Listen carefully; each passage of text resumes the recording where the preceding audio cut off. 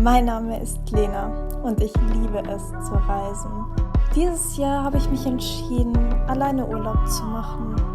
Ich habe mir ein Auto gemietet und bin für 2 Wochen durch Schweden gefahren.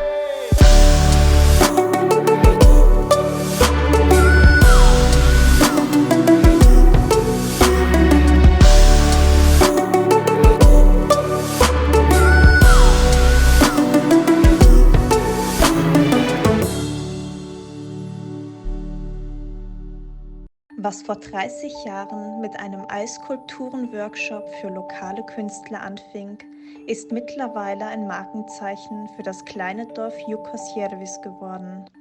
Hier steht das erste Eishotel der Welt, das dieses Jahr seinen 30. Geburtstag feierte. Es zählt zu den bekanntesten Attraktionen der Welt und zieht Besucher aus allen Kontinenten an, die einmal im Leben die einzigartige Erfahrung machen wollen, in einem Raum aus Eis zu übernachten. Das Hotel verfügt über insgesamt 127 Zimmer, aufgeteilt in 55 Eiszimmer und 72 klassisch warme Hotelzimmer.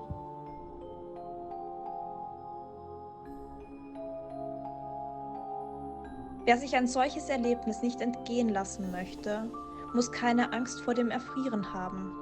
Auf Matratzen, Rentierfellen und in Thermoschlafsäcken verbringt man dort die Nacht und wird morgens mit einem warmen Preiselbeersaft begrüßt, gefolgt von einem Saunagang.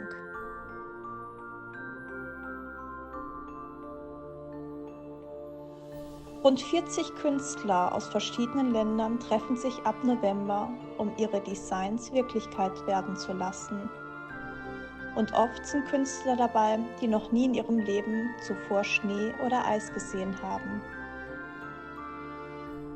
Für den Bau werden 30.000 Tonnen Schnee und 4.000 Tonnen klares Eis verarbeitet. 6 Wochen später wird dann das neue Hotel traditionell eingeweiht. Nachhaltigkeit steht im Vordergrund der Entwicklung.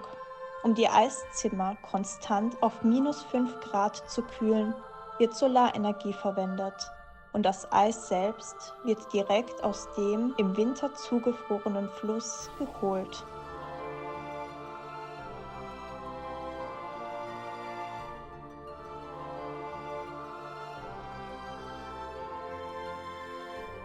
Es ist unglaublich kalt und unglaublich beeindruckend. Es ist so schön, was man aus Eis alles machen kann.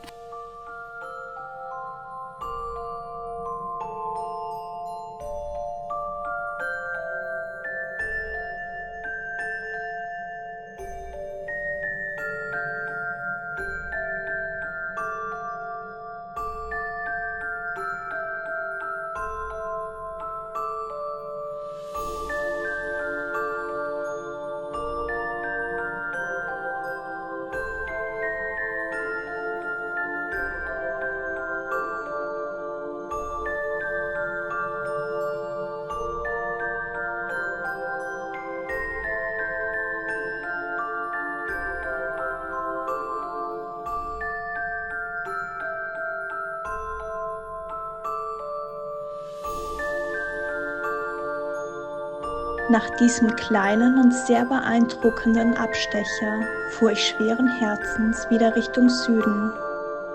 Der Norden Schwedens hatte einen Teil meines Herzens gestohlen und gerne wäre ich noch länger geblieben.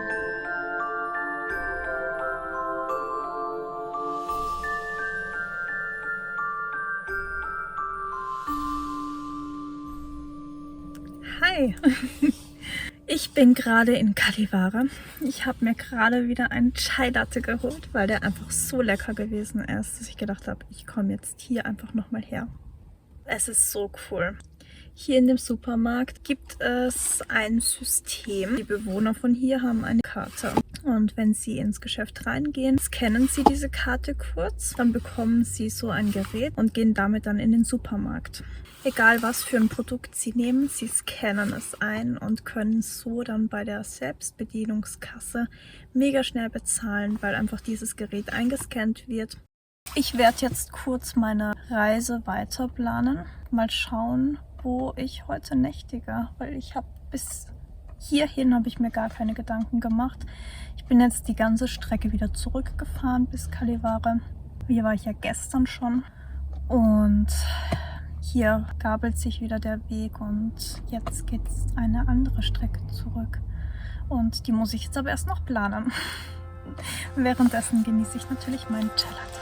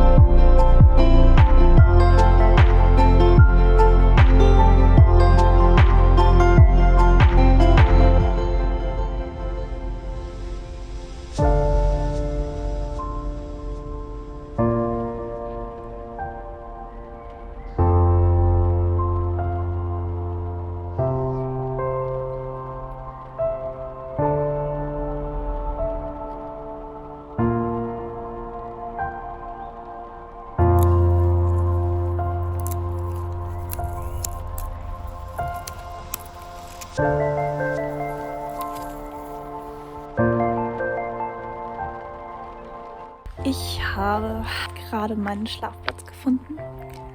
Heute mal ein bisschen früher dran als sonst. Heute kann ich wenigstens noch den schönen Sonnenuntergang genießen. Jetzt habe ich gerade ein bisschen Holz gesammelt, weil ich möchte heute mein allererstes Mal alleine ein Lagerfeuer machen. Es bietet sich nämlich sehr an, weil es gibt hier eine Feuerstelle, die schon vorbereitet ist. Das Einzige ist, Holz suchen ist hier relativ problematisch, weil natürlich sehr viele Camper schon das ganze größere Holz abgeerntet haben. Aber ich habe jetzt die ganzen Äste von den Bäumen runtergebrochen, weil das habe ich bei Fritz Meinecke gelernt, dass die Äste meistens sehr trocken sind und sich zum Lagerfeuer oder zum Feuermachen sehr gut eignen. Jetzt werde ich das heute mal probieren. Ich hoffe, das klappt. Jetzt werde ich hier noch den Sonnenuntergang genießen und wir hören uns später.